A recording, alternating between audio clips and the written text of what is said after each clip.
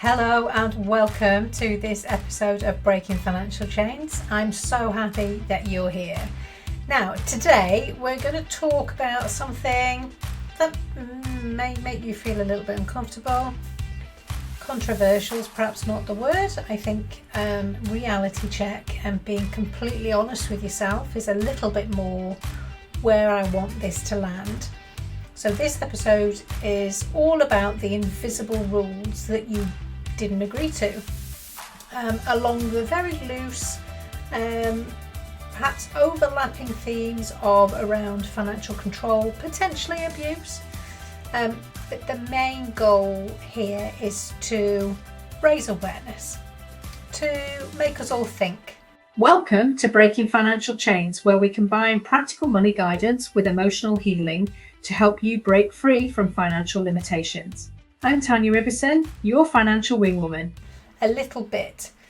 Rules, right? Rules are, for me, I don't know about you guys, but if anybody tells me what the rules are, there's rules that you have to follow. There's rules that get you in massive amount of trouble if you don't follow them. So like legalities and those sorts of things. And then there's the rules that someone says are rules. And we get to say, really? Are they really the rules? Are they rules that apply to me? Are they rules that I actually need to follow?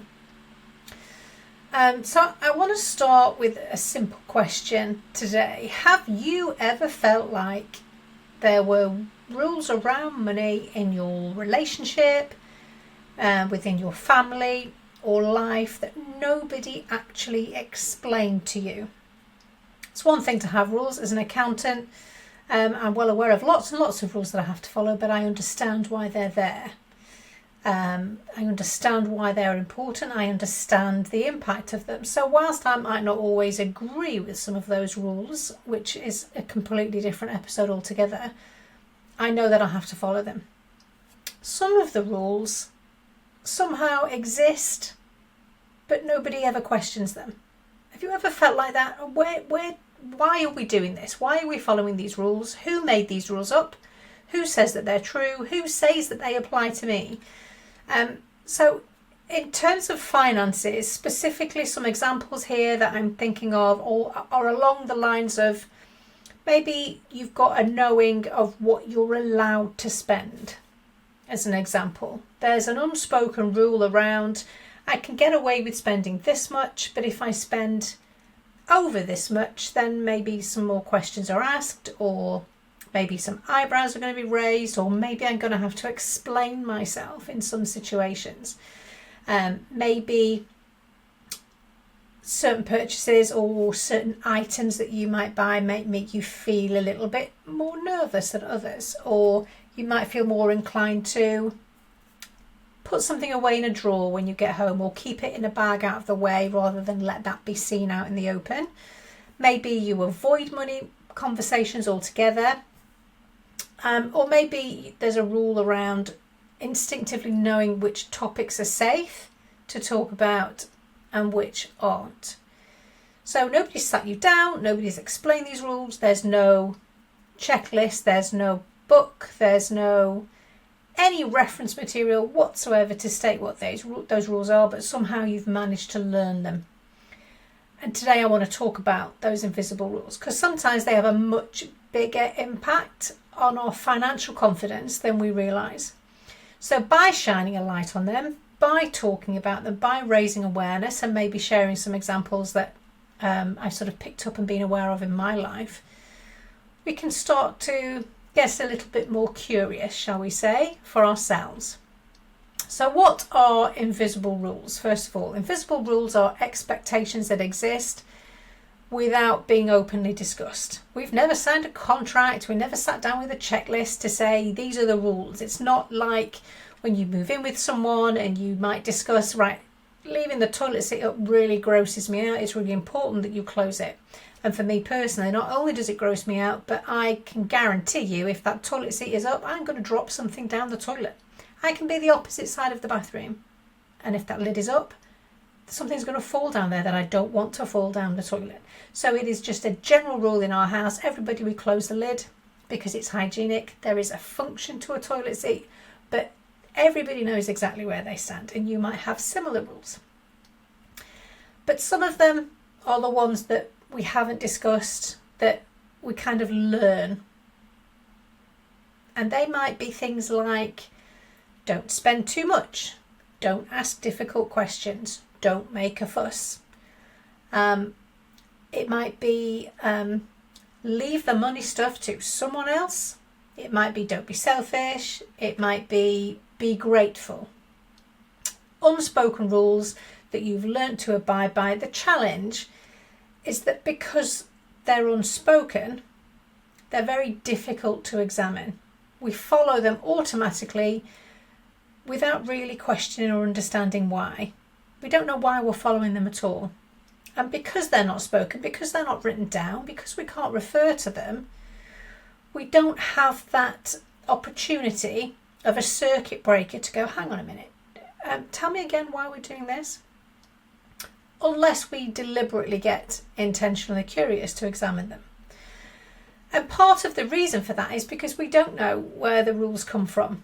And a lot of them as well don't begin in adulthood, they begin in childhood. They begin before we even realise that we're following rules. And this is also where a lot of the money mindset patterns and behaviours that we have come from, because they're just things that were there and we did them because we did them, or we did them because people that we were watching did them. We never thought to question. In the same way as I always used to buy Persil washing powder when I used to do my washing, particularly when I first moved away from home, because that was what my mum had. So therefore, why would I not buy the same washing detergent? Until you consciously make a different decision. So perhaps in relation to money, you grew up hearing, we don't talk about money. My grandma used to say it's vulgar to talk about money. Okay, that was her opinion. Money doesn't grow on trees, which is a favourite. Good girls don't ask for much, or don't ask for anything in some societies. Just be grateful. Or perhaps you watched the behaviours rather than the words that were spoken instead. So maybe it was normal when you were growing up for one parent to control the finances. Maybe money was a constant source of arguments or tension. As kids, we don't have to hear raised voices to feel the tension in the room, or to know that there's a disagreement that's currently happening, but we don't have any understanding of what's caused it, or what's going on, or why there's a problem. Spending creating tension, and maybe you watch financial decisions being made by one person as well as being controlled by one person. So it might be that you've overheard a disagreement, but there's always one person that ends up being the default one to make those decisions, or it always goes along those roads. And as we've talked about on earlier episodes in the podcast, children absorb lessons like they're sponges.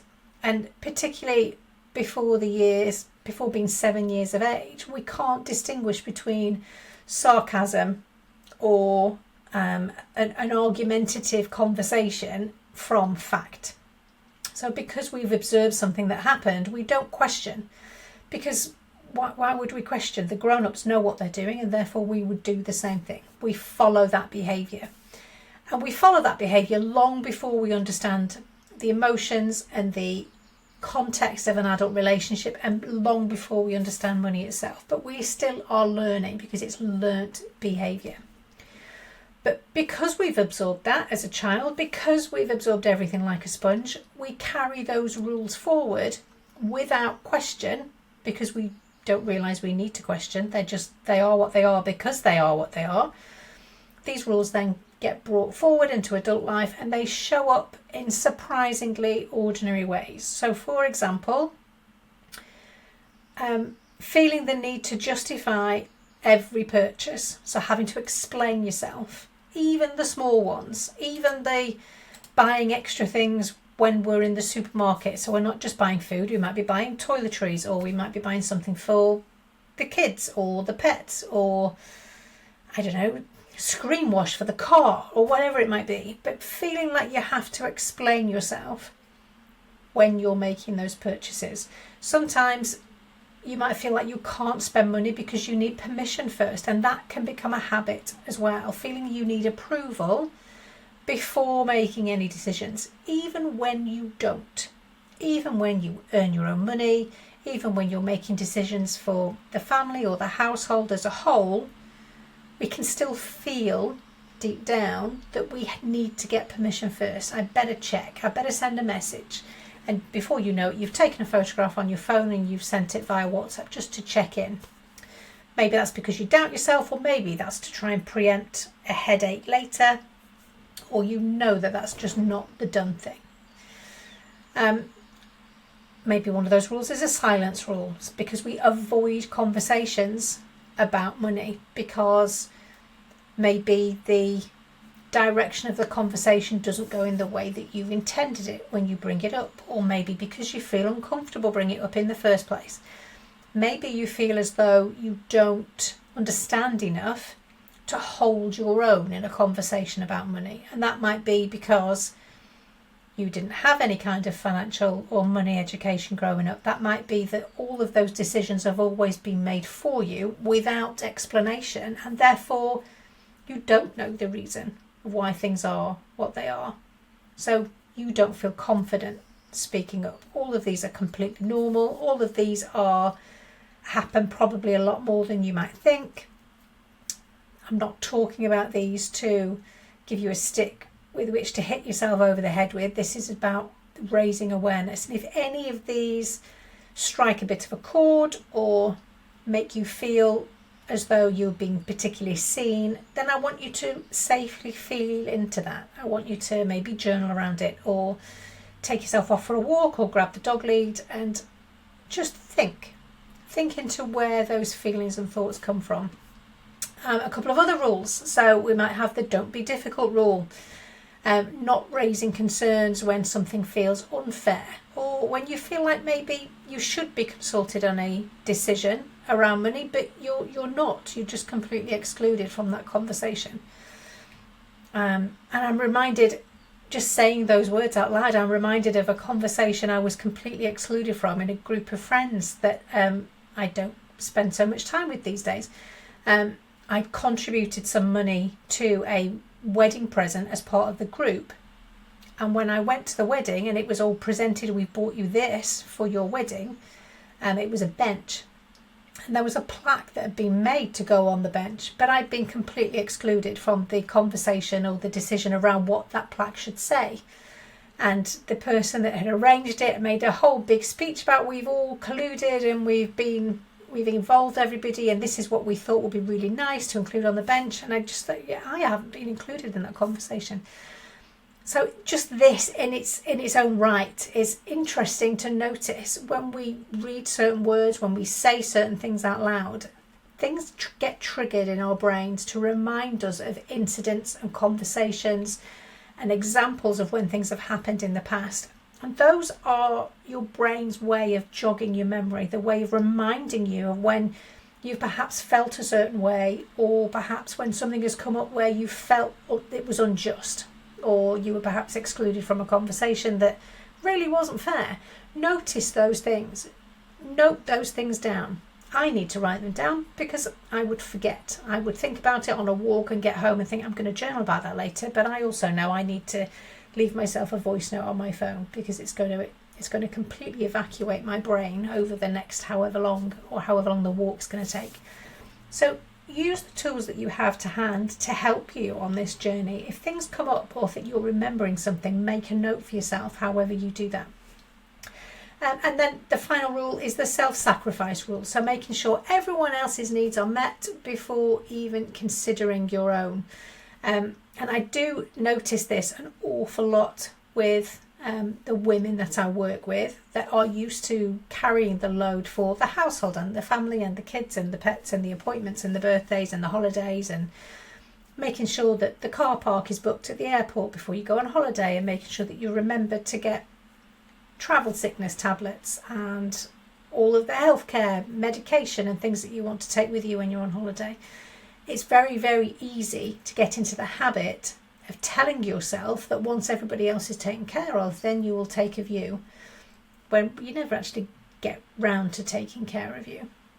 So many listeners may recognise themselves in one or more of these patterns. This is very, very individual. It's very unique. I would encourage you to speak to someone, have a chat with a trusted friend. If any of these bring up things for you, please do speak out. Reach out to me, speak to a trusted friend. But these rules build up over time. As we've said, we don't know where they come from, we don't understand. But when we question, when we get curious, when we start to say to ourselves, is that really true? Then we can start to consider the reality of some of these situations, and then consider perhaps the rules that we don't actually need to be following at all. And I think what is important to say here is that there really does, and you need to very clearly say that there is a difference between healthy consideration and fear, particularly in relationships, whether that's family or with a spouse or the half.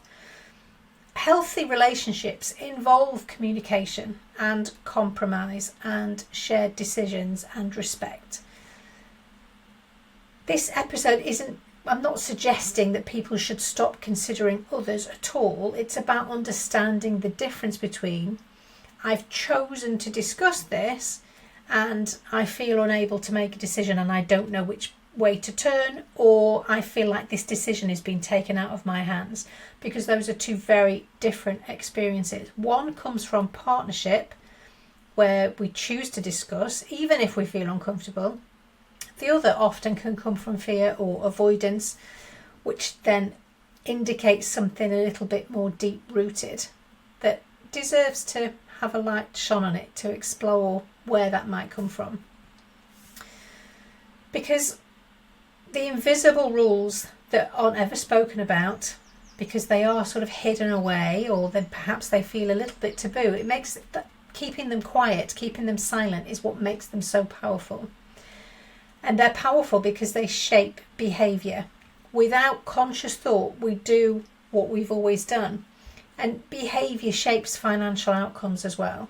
So if someone believes I shouldn't ask questions, then you may never fully understand your financial situation, which means you don't know what your options are and you don't know what decisions and choices there are available to you to make. If someone believes that my needs come last, then you may never prioritise your own financial security. And if someone believes I shouldn't make mistakes, then you could completely be avoiding making any financial decisions altogether. The rule quietly influences the result, or a lack of a result, where it means that no action is taken. So my invitation to you, as I'm talking through this, is to become a bit of a detective, a little bit of a curious adventurer when it comes to finances. To know and make sure that you feel safe in doing this, but to know that you are safe to explore where your mind can take you. So not inviting you to become a judge or a critic, just to observe. Ask yourself, what are the money rules I live by? And to get curious and to think how interesting that might be. For example, do I live by I shouldn't spend money on myself? And that was one of the rules that I created for myself as part of the outcome of my bouncy ball story. So I spent some money that my mum had given me because it was in my pocket and my friends were spending money. My mum told me that was all the money she had left for the rest of the week. So instead of teaching me that I shouldn't waste money on things I didn't need, which is what I believe her intention was, I instead learnt that I can't be trusted with money and I don't deserve to spend money on myself. So these can come from completely apparently unrelated and obscure situations, which is where the getting curious is really interesting. where you're off for a walk and you maybe don't have a podcast playing in your ears, or you don't have a favourite album playing in your ears, because you're allowing your brain, if you ponder a certain question, what are the money rules I live by? You allow your brain to just roam and explore, because whilst you're looking out at the horizon and the landscape, that's when you feel safe, when you feel relaxed, that's when those ideas and those examples and those scenarios are most likely to pop up for you. Some other examples: I must always be productive, particularly if you're running your own business, or you have your employment involves you having to record your time. So as someone coming from an accounting background, timesheets are the be all and end all, and that's how you decide how profitable you are. So it's very important that my utilisation when I worked in a corporate practice was high, because that meant that the more of my time could be rebilled to clients, and therefore my costs were covered. I need approval before making decisions. Does that sound like a bit of you? I shouldn't want too much. Might be another rule that you live by. Any of these ringing a bell? Other people need the money more than I do, which was something that actually came up with in a client session I had last week, which is so super interesting to then dive into. Where was that rule learnt? Where were you in life when you heard it? And is that rule actually true? Because once we can see the rule and we can write it down, or we can say it out loud, then we get to question it. But before that, we're simply following it, because why would you not do what you've always done, or you've always believed to be the way that things are done, or the way things are done around here? And once we can see a rule, and once we can question a rule, we get the opportunity to rewrite them, which is super, super exciting. It doesn't mean that you have to reject absolutely everything that you've learned. Some rules are useful, some are necessary, and some really aren't. And the question then becomes, does this rule help me build the life that I want? So this might turn into a bigger exercise for you, and I apologise now if this opens a whole big Pandora's box for you, because it might lead you to consider and question what your values are, and what's important to you, and what you want to achieve with your life. Because if you don't have an idea of some of these things, it makes it quite difficult to know what kind of life you want to build. So if I don't know what kind of life I want to build, then how can I know what rules are going to help me get there? So you get to reverse engineer some of this, and it gets to be super exciting. And if not, then perhaps it's time for a new rule. For example, instead of I shouldn't spend money on myself, which was me 6 years ago, try I can make thoughtful decisions that include my needs. And this can become, a bit of a mantra. This can be something that you journal around and write out and rewrite out, so that your brain gets used to what it feels like to write that down, and what it feels like to say that out loud. Another example: instead of I need someone else's approval, try I can gather information and trust my judgment, because we absolutely can. And sometimes just saying that out loud to start with, and writing that down, is enough to create that small shift where the powerful change can happen. But before we can make any of those powerful changes, the awareness has to come first. And one of the biggest mistakes that people make is trying to change behaviour before understanding it. With the awareness, we then get to create our own path of how we can get there. You can't challenge a rule unless you can see it. And this is why so much of financial empowerment starts with awareness. And it's why it has to matter to you, and it has to be linked to your values. Because if we're following what someone else tells you is the right way, it's just never going to feel right. The wheels are constantly becoming off the track, because it's not aligned and it's not fitting to your values. So this isn't about budgets and spreadsheets, it's about awareness in the first instance, because when we know, we then know what we're dealing with. With knowledge comes power. And once you can see the script, you can decide whether you still want to follow it or you want to rewrite it. So the closing message for today, many of the financial behaviours that we struggle with aren't character flaws. And I feel like that should have been said right at the beginning. This isn't about you as an individual. This isn't about me as a person. This is about the behaviours that are a learned response. The way that we all behave is linked to something that we've learnt we have to do because it keeps us safe, or it keeps other people safe, or it's something that we do because mum did it, dad did it, grandma did it, whatever, whoever those influential people are.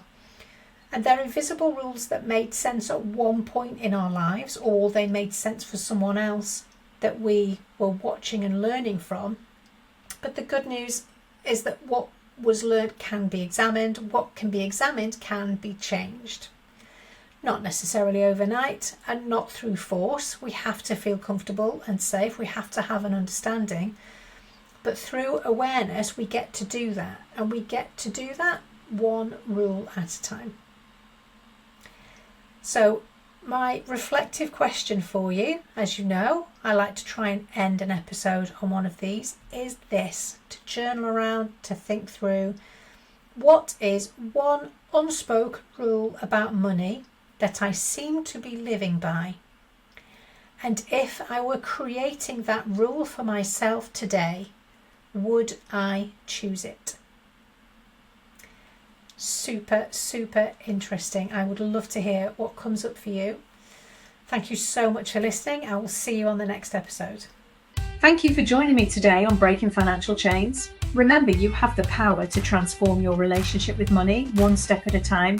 If this episode helped you, please subscribe and leave a review to help others find their path to financial freedom. I'm Tanya, your financial wing woman, and I'll see you next week.